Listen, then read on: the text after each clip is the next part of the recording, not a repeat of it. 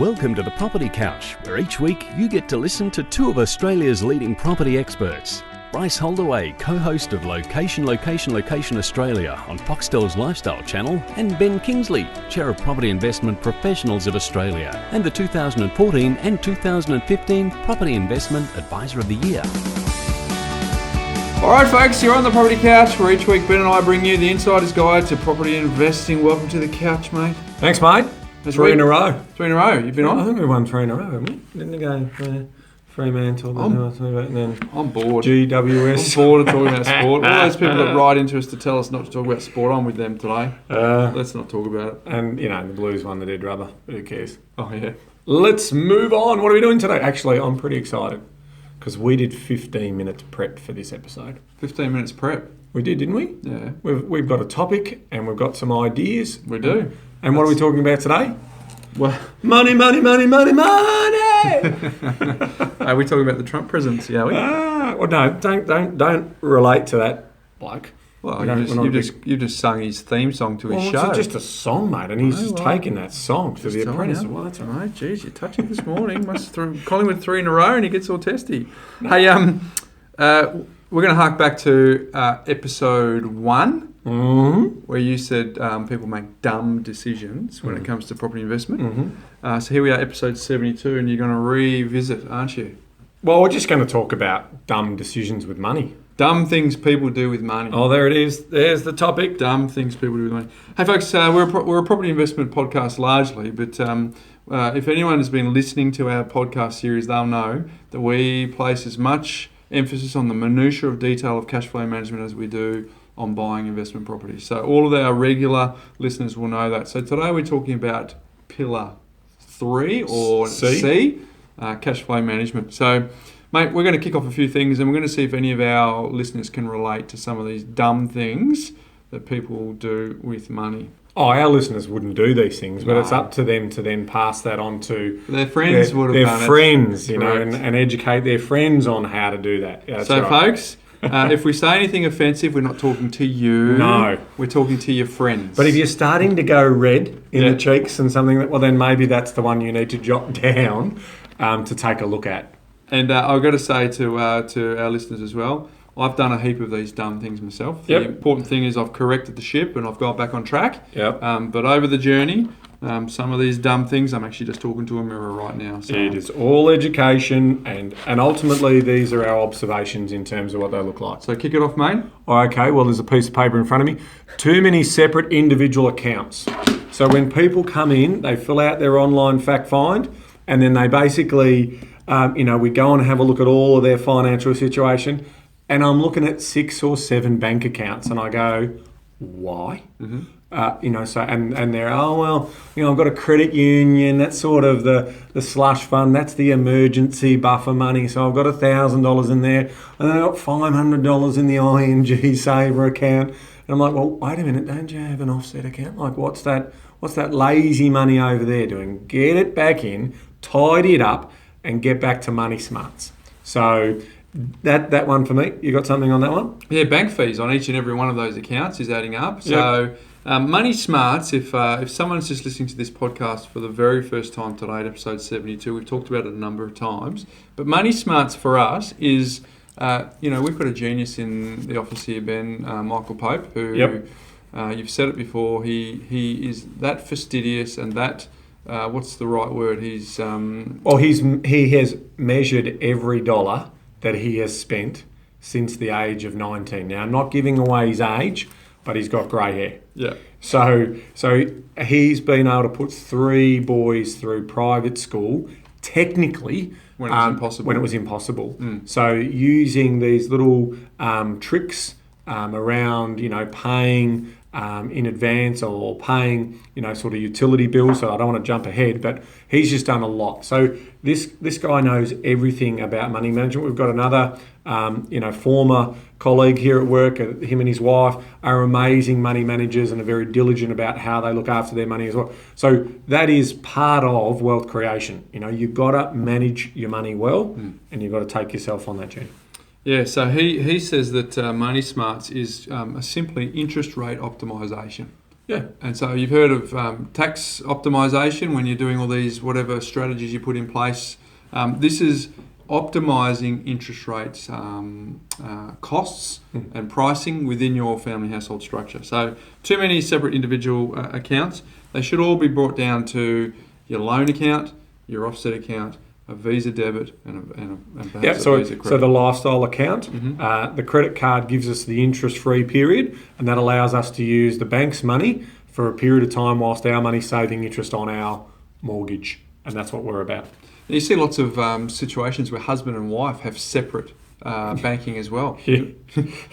Yep. I don't quite get it. If you're in a union, and they come in, and I've even had people come in, one party come in and say, I want to invest in property, my wife's not so interested, or my wife wants to do it. I mean, I've had plenty of times where the wife actually comes in and says, I want to get my husband involved in this, how can we do that? Because the reality is, if you're not both on the same page, we would advise not to invest in property, because it will cause so much anguish inside the family unit that you've got to both be on the same page. In fact, one of our questions when people come in is, are you here under sufferance? We ask that between the two parties. The body language normally tells us, but when we're interviewing people in terms of taking them on this journey and understanding their opportunity and potential, it's amazing to know that if one of the parties isn't fully on board, then ultimately it's not going to work for them. And part of going on that education journey around cash flow management and borrowing power and doing a plan is to actually understand your cash flow movements, and that's why we use our wealth simulator, because it measures cash flow movements for 40 years by month. So people get a little bit more confidence that they're able to do it, because they put all of their expenditure in there, they put all their future plans in there, and then they can see that there is an opportunity there and they're not going to break the bank, which is the biggest fear for most people. So it comes down to fear and obviously procrastination as well. Very good. So too many separate individual accounts is a dumb thing that we see people do with money. Number two, not wanting to change to a better loan structure simply because they're used to their internet banking. They know their password, they've had it for 10 years, they know what the format looks like, they feel comfortable with it, and the change really worries them, despite the fact that the loan structure will save them thousands. The interest rate could save them hundreds and hundreds, purely because they like their internet banking portal and they don't want to change it. Look, we've just updated our server and given everyone new computers, and we're going through the... I've never seen it. Challenges. And trust me, technology change sometimes for me gets me mad. So I've had a couple of meltdown moments this week I haven't noticed. I don't know whether you noticed what we're recording on today. That's because of one of our drivers has dropped off the server and we can't work out why.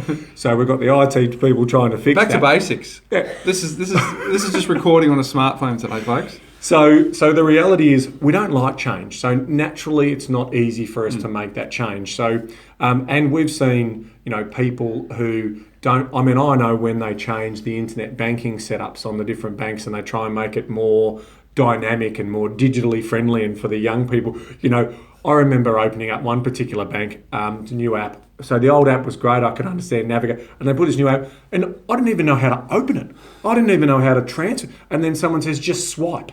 And it's like, I'm automatically meant to know that. Like, it wasn't intuitive at all.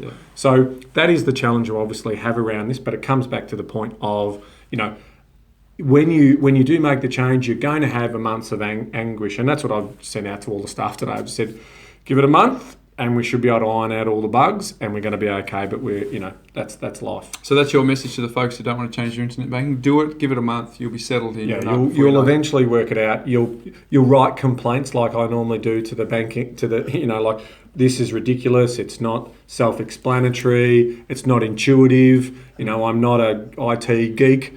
So make it for the common people. And then I saw them make a lot of changes because obviously I wasn't the only one. Yeah, so keep your eye on the big prize here. We want to save money to trap more surplus so we can invest more. Yes. So that's why we're doing it. We're not wanting to make your life feel anxious because you've got a different format. So true. Another one, thinking credit card money is actually their own money. So it's the classic spending more than they earn. Yeah. How many times have we seen people come into our business who we need to restructure 80 grand's worth of credit card debt?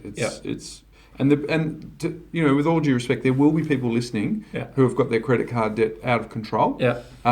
It's not your money. Yeah. It's actually not just a big sort of well that you can keep going back to, because not only do you have to pay it back, but you're paying an extraordinary amount of interest. If I was the government of the day and I wanted to talk about our deficit, I would bring 4 big, clear crystal vases and I'll put them up on a desk when I'm being interviewed on TV. And I'd say, here's the money we have coming in. And I'd have the jar for this is how much we spend. And I have the jar for the money coming in. And I have this other jar over here that would have all this money in it. And we'd say, that's not our money. That's money we're borrowing from international suppliers and from overseas. And so every time I take money out here to pay for education and health and services, because I've got these tax receipts, I don't have enough left in that jar. So I keep wandering over here. Now, what's that 4th jar? I'm then going to say, so that's the interest that I have to pay to access that money.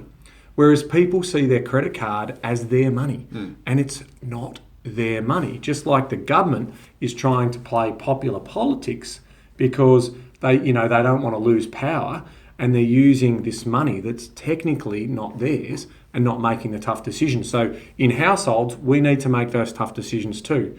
We shouldn't be justifying to ourselves to go off and do something that has a discretionary component to it that is going to deteriorate in value or give us a little uplift in terms of, whether it be, go out shopping and sort of fix the mood of the day that we're having, So that retail therapy, I think they call it. Well, it's too easy for them to send you a letter and say your $3,000 credit card, sign this, and goes to 5, and then 4 months later it goes up to 8, and before you know it, it's just little tiny incremental steps. Because no one goes into $70,000 worth of credit card debt. They go into 1 and 2. And they add another 1 and 2, and it just slowly creeps up. Or we'll renovate the kitchen on the credit card or something like that. It's like, well, have we done the numbers? Can we get on top of it? Because that's the snowballing effect. Once you hit that point of no return, you're done. Yeah. And that's the position of basically getting creditors involved and potentially going down that bankruptcy path. So really dangerous, and I think that's a really good one.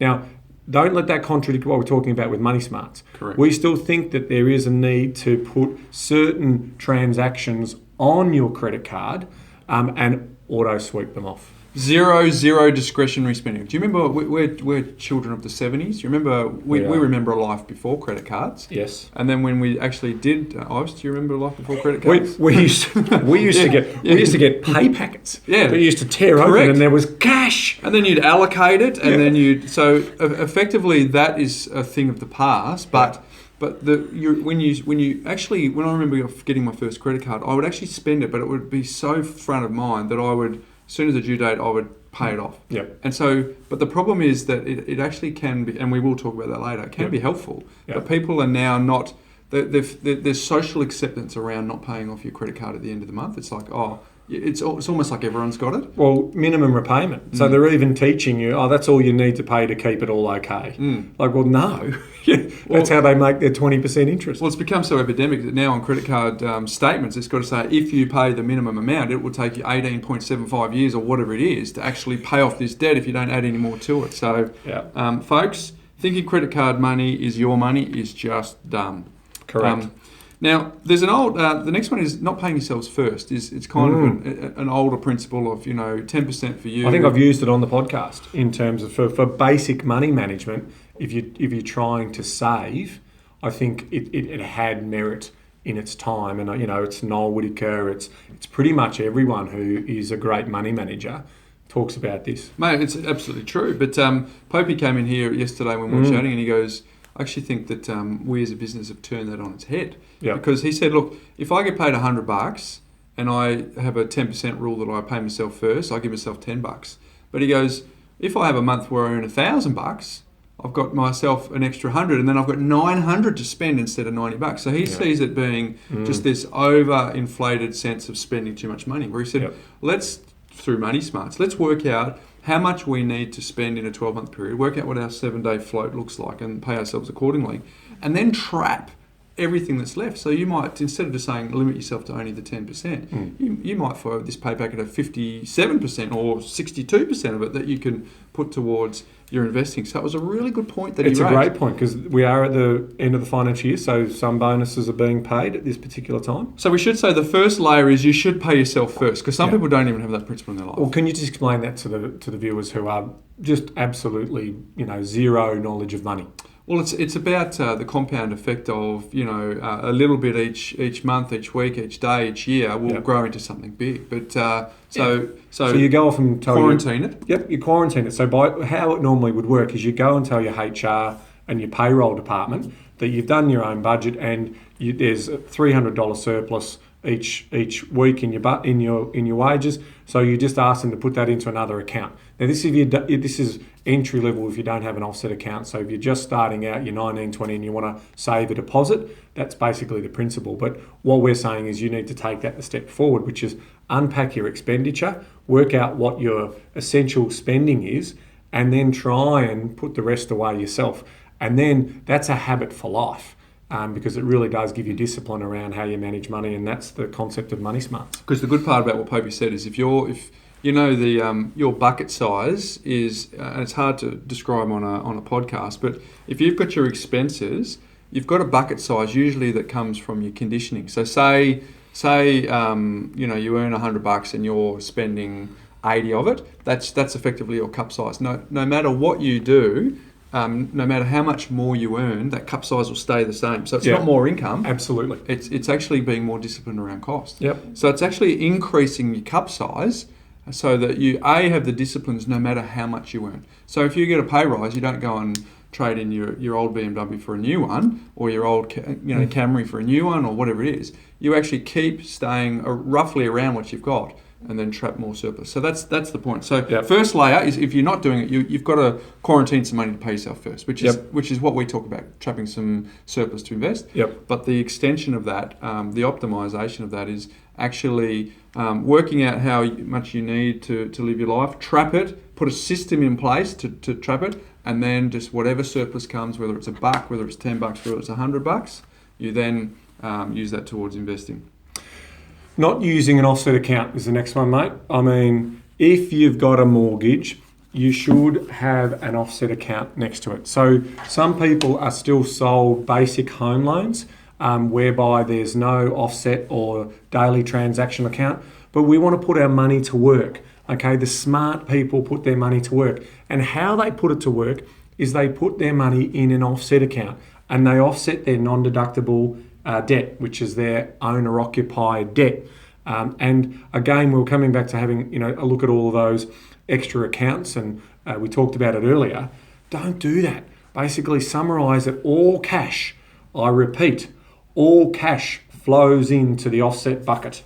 Okay, into the offset account. Rent, salary, dividends, everything. Inheritance, pocket money. Everything. So you do not have separate accounts for rent going into for your other investment, but everything flows into the offset, and then the offset pays that money out accordingly.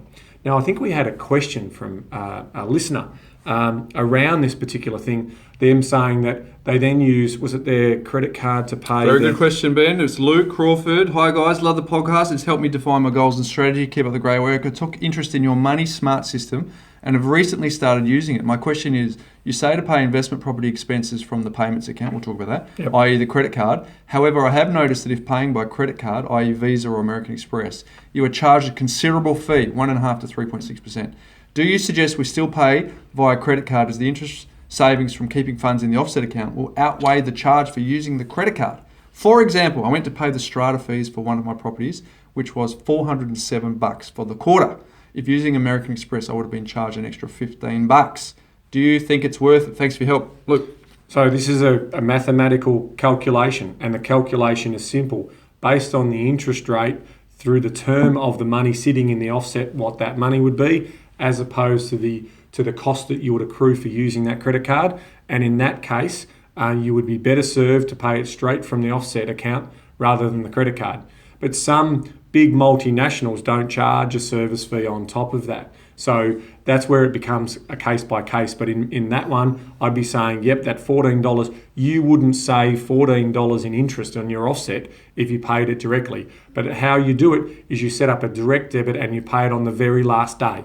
Okay, so you make sure that the payment is coming on the very last day. You then go to your utility supplier and you actually say, is there a discount for paying early? And some offer 5% discounts for paying early. I don't think your strata fees are going to be like that, but it's just about doing that. And Michael gave us a great tip yesterday when we prepped for the show. He basically said that some of these early payments incentives that you get, they sometimes turn them off. So you've got to re-engage with your utility supplier to actually get that 5% back on. So it's just it's a way of just being a little bit more money smart, being a bit more diligent and saving that 5% or 10% in some cases. So for clarity on that, Luke, we're suggesting that you put non-discretionary spending onto your credit card, i.e. bills, rates, and when it comes to your investment properties, generally speaking, put that straight out of the offset account if you've got the cash there. Yeah, because it is that calculation that you're making. So that's a good one. Thanks for the question, mate. All right, the next dumb thing people do, mate, is they don't, and it's an extension of that, is they don't automatically sweep the credit card on the due date. So by that...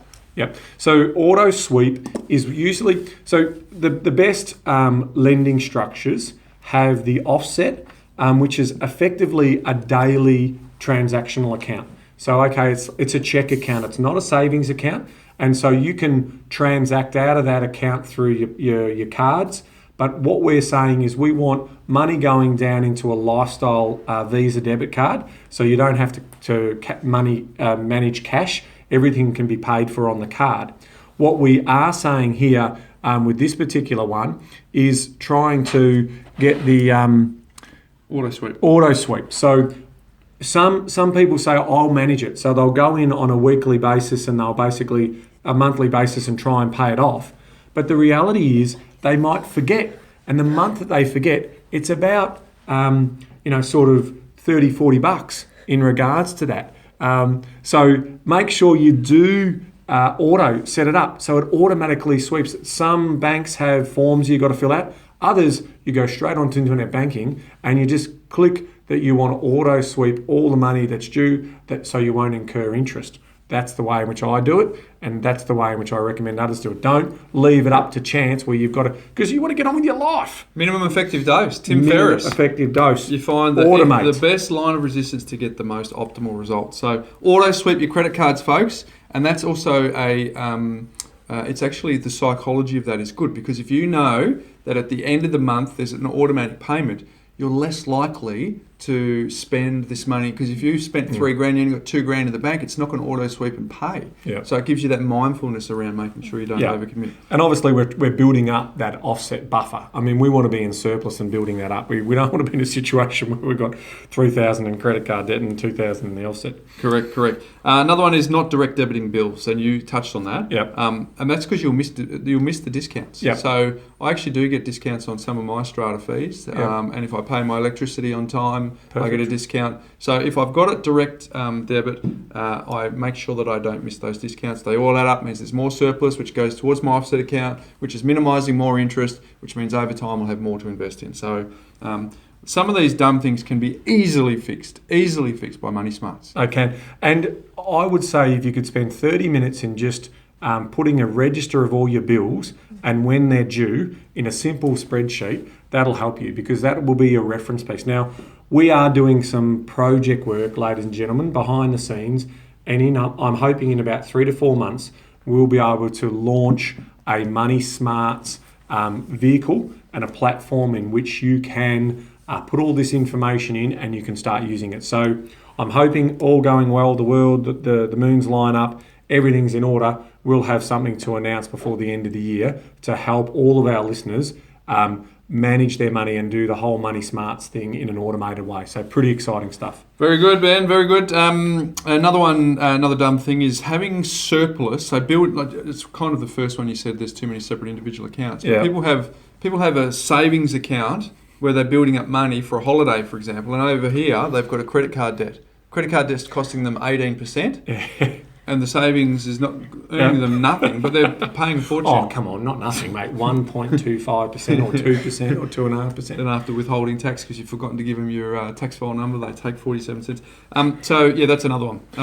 Can I expand on that? Because I don't know where we had it on the list, but the biggest one that I normally see is they have this money in these term deposits or these savings accounts, and what's happening is they're earning interest that they're going to get taxed on. So they're earning like 2.5-3%, and that's going to add to their overall income that they earn for that financial year, and they're going to be taxed at their respective tax rates. Now, in an offset account, it's not income. What you're doing when money sits in an offset account, it is actually reducing the interest cost. So it's reducing an expense rather than increasing income. Reducing expense and so that means it's tax free. So you're putting all this money into term deposits when you've got a debt that you should be saving interest on, and so it just completely makes me mad in terms of how people do that. The exciting thing about this, folks, is that managing your money under your roof is incredibly simple. We're not talking about anything that requires an MBA. No. We're talking about stupendously simple processes that not a lot of people do. And we'll continue to keep educating you on, because we've had great feedback about the money smarts, and that is the pillar. That is the foundation for building wealth. Getting your managing your money well, and then it's the surplus money that we then take to invest. Another dumb thing that people do with their money is they just don't shop around for the best deal for services, mobile, internet. If you are a very good payer who pays on time, the business spends an extraordinary amount of money trying to attract a new customer. So if you threaten to leave, they will do everything they can. If you have a history of being a good client to them, if you miss payments and you're just not a good client, they won't. But if you have been with them for 5 years, paid on time, ask for a discount. Tell them the guy down the road is willing to give you a better deal. Can you match it at the very least, so that you can save a bit more and trap some more surplus? I've got a card that's got a little blue, so I won't mention the name, a little blue circle, and it's usually grey, and I've had it for about 15 years. It's a charge card. You work it out. Every year they try and charge me the membership fee. I ring them up and I say, I've been with you for 16 years. I'm about to leave, so thanks very much. Wrap it all up. Don't need to go, oh, sir, we'll waive your membership fee. Certainly. Your annual fee. Oh, okay, well, I'll hang around. I'll keep it. Now, I use that card for domestic travel and international travel because it has an insurance policy attached to that for when I'm doing that travel. So I get travel insurance automatically with that card. So for me, it works. But I ring them up and say, it takes me 5 minutes to make that phone call to them to India, and away we go. So there you go. Very good tip. The next one is thinking that a budget on its own works. Because it just doesn't. No. Why? Best of intentions. Mate, I sit down at the beginning of the month, on the first of the month, and I work out all my bills, and I've got a $1,000 surplus at the end of the month. Beautiful. I feel warm and fuzzy. I get on with the month. So for the next 29 days, I've got no system around how I'm going to implement that budget. So I get to the 30th or the 31st of the month, and I go, I was meant to have $1,000. I don't. I've got $20, but I'm in the positive, so that was a good month, and move on. But you don't focus on the fact you didn't have the 980 and where did it go. Yeah. So a budget on its own just does not work. Yeah. So getting your money and allocating and working out what you should be spending. So you should look at what we call essential spending and preferred spending. So even when we're doing groceries, we have our essential staples, but we also have some discretionary in there. I've got a little sort of soft spot for some dark chocolate with almonds. So that's my discretionary. That's my little, after dinner little treat. Probably too much information for most. But the point being is that's exactly what you want to look at. You want to basically bring it back to that is a framework, but it's a system that you're lacking. And we've always said budgeting is like driving forward in a car, looking in your rear view mirror, because you're setting your budgets based off what you've spent in the past. You need to have fresh eyes, look forward and forward plan, and then implement the money smarts. There you go, folks. A dumb thing people do with money is they think budgets actually work on their own. They don't. You need to have something surrounding that. Mate, here's one for you. Yep. The debit card. when you go and charge the debit card, there's two choices you can make. Yeah, there is. So with a debit card, so on any card, whether it be your credit card or your debit card, you have usually check, savings or credit. Remember they keep asking you at the restaurant, check, savings or credit? With a Visa debit card, what a Visa debit card is money that's your money that's sitting in an account. And so if you hit check, it's effectively a debit transaction. So it's debiting your savings out of that account. If you go to a small business, and I did it on the other day, I went into a small business and they said 2% surcharge for credit. Well, I went 2% surcharge. Why would I give them $14 for the transaction I'm about to make? I should hit debit. So hit debit and I save that $14. Now, some banks limit how many transactions you can make on your debit card before they start charging a fee. So check out your bank to see whether you've got unlimited. And in some cases, some of them have unlimited so long as you have $1,500 in money coming into that account each month. Mm-hmm. So there are some ways in which you can get around it. Look, when you're going to the big supermarket guys, although I think Audi do charge 1%. Yeah, but I shouldn't mention names, but I just did. They're a low-cost provider, so it makes sense. Yeah, that's right. They're just putting an extra, they're saying it's not our fee. Yeah. Whereas some of the big guys, we know they're wrapping it up in the price. But the point I'm making is, so all your debit transactions, try and keep doing debit from those cards until that weekly allocation of money runs out. If you absolutely need cash, well, guess what? You've obviously still got your savings, which is your offset money, or you've got the credit there as an emergency if you need it as well. So emergency only. Emergency only. Yeah, very good. Hey, you'll notice, folks, that we're talking about stuff that seems pretty trivial, but it's the old look after the pennies and the pounds will take care of themselves. If you can trap more surplus and put it into your investing, it means you can invest in more and get a better leveraged outcome. I'll just throw in quickly there, some pay passes actually, like the facility to tap and go and pay pass can also incur a slightly more expensive fee as well. So, when you're going into your little tuck shop and you get your, salad sandwich or whatever it is, and it's $8-10 or whatever it is, just some of them charge 50 cents to use that, or you spend $10 and you won't charge it. So you want to sort of ask them or get organised, and that's sometimes where I do take cash. I do have $50 a week that I use for my lunches, yep. And that's when I use cash because 50 cents on a $10 transaction, it's huge as a percentage. So I don't do it. Higher interest car loan versus just taking cash out of your offset. Yeah, so in terms of car loans and any type of opportunity, what we're in the business of is creating wealth. Now, if you're taking money out of your offset account that is covering non-deductible debt or even deductible debt, there could be an argument to actually take out a loan on a car whereby the cash flow is better for you. In other words, why would you take that $50,000 out of the offset account and use that as a deposit when you might be able to get a hire purchase or a lease arrangement in place? Now there are some interesting things. We're getting into some little bit more technical stuff here, and this is sort of saying sometimes that hire purchase, being usually a 5-year hire purchase, is a large repayment. And that can affect your borrowing power. So this is when talking to an investment savvy mortgage broker is going to be critical before you make this decision. You need to see your mortgage broker as your personal banker and to say, I'm about to make a decision, which is the best way to go, because they'll be able to say, yes, that $50,000 could have been a deposit on a $400,000 investment property, but you've now gone and put a 60-month repayment in place, which is $800 a month, and all of a sudden we can't get the borrowing power to get it. So it is ultimately going to be a decision around that. But if all things were equal, we want you to be in control of cash flow, and we want you to basically have less outgoings around that. So that's where it becomes interesting.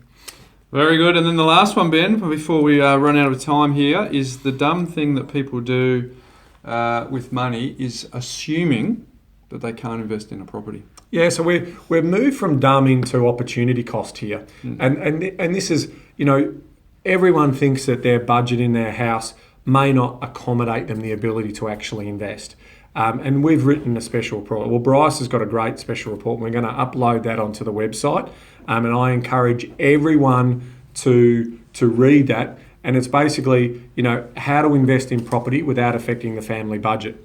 And this is, now we're getting into a little bit more technical stuff. What we're actually arguing is, if we could take the principal component of paying down a mortgage, so not the interest component, but the principal as a loan amortises as it pays down over its term, and we move the loan to interest only, what if that was $400 or $500 a month in creating additional household surplus cash flow?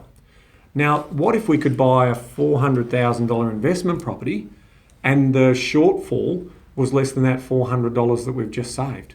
So we haven't touched and looked at the spending, the bills, the utilities, the impacting the family budget. All we've done is structure it so we're controlling another asset, and that asset is hopefully appreciating in value, and there's also income deriving from it. So it is a must read. It's very insightful, and I'll leave it to you to wrap it up. Yeah, no, good point. Hey Ben, is this all theory or does it actually work? I don't know. Let's ask Michelle Jones on Facebook. Hi, just a quick question regarding your Money Smart system. I've been implementing some of your theories in regards to putting all income into an offset account, in brackets including rental income, paying money into a spending account for discretionary expenses, and using a credit card for known expenses, in brackets, managing to save an extra $1,000 per month this way. Woohoo. Is this setup still acceptable if the offset account is linked to an investment property loan and not a PPR? Thanks for all the great info via your podcast and the Armchair Guide to Investing. I've just given birth to our third child, so podcasts are a saviour when I'm spending countless hours breastfeeding, multitasking at its best. Let's be honest, the bloke couldn't do that. We couldn't listen to a podcast and breastfeed if it was up to us. So lucky the ladies can do that much better. Hey, that's a good point. So the question is, do we put the money into an offset account against an investment loan rather than the PPR?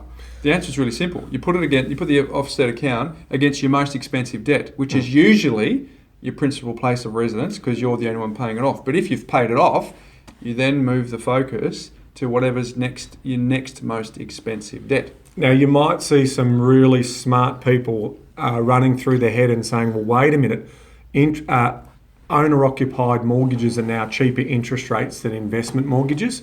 So they might be doing the numbers in their head around putting the offset against their investment property because they're saving a greater interest amount.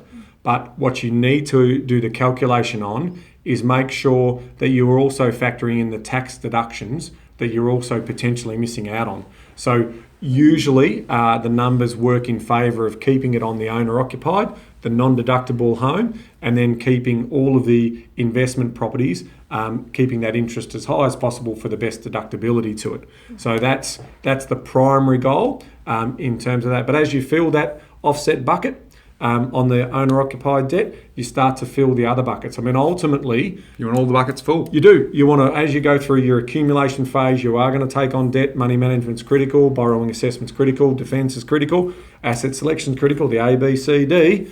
But ultimately, we want to retire that debt out and live off the passive income. So, Michelle, what we don't know from your question is if you do have PPR debt, principal place of residence debt. So if you still do have that debt, at face value, it might make sense for you to have the offset account, but there may be some specifics about your situation as to why you've done that. So feel free to send us a note and let us know if there's any tweaks to that. Ben, what I wanted to say to folks is we're obviously a bit tongue-in-cheek here today, talking about the dumb things that people do. Of course we are. But it's a headline. Essentially, there's a number of really quick wins here.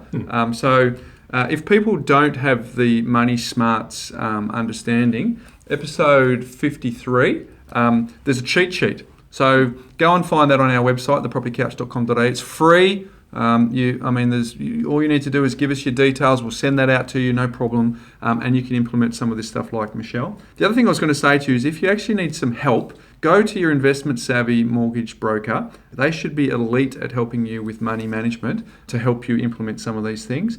And if you don't have one, send Ivis an email, info@thepropertycouch.com.au, and we'll arrange for someone to give you a call to help you out with that, because this stuff is so critical that you need to get it right.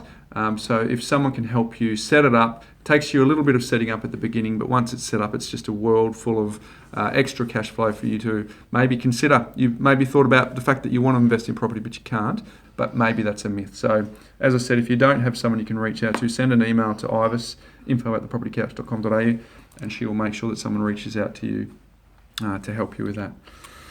Mate, lots going on. We are going to record 2 very exciting vodcasts. Ooh.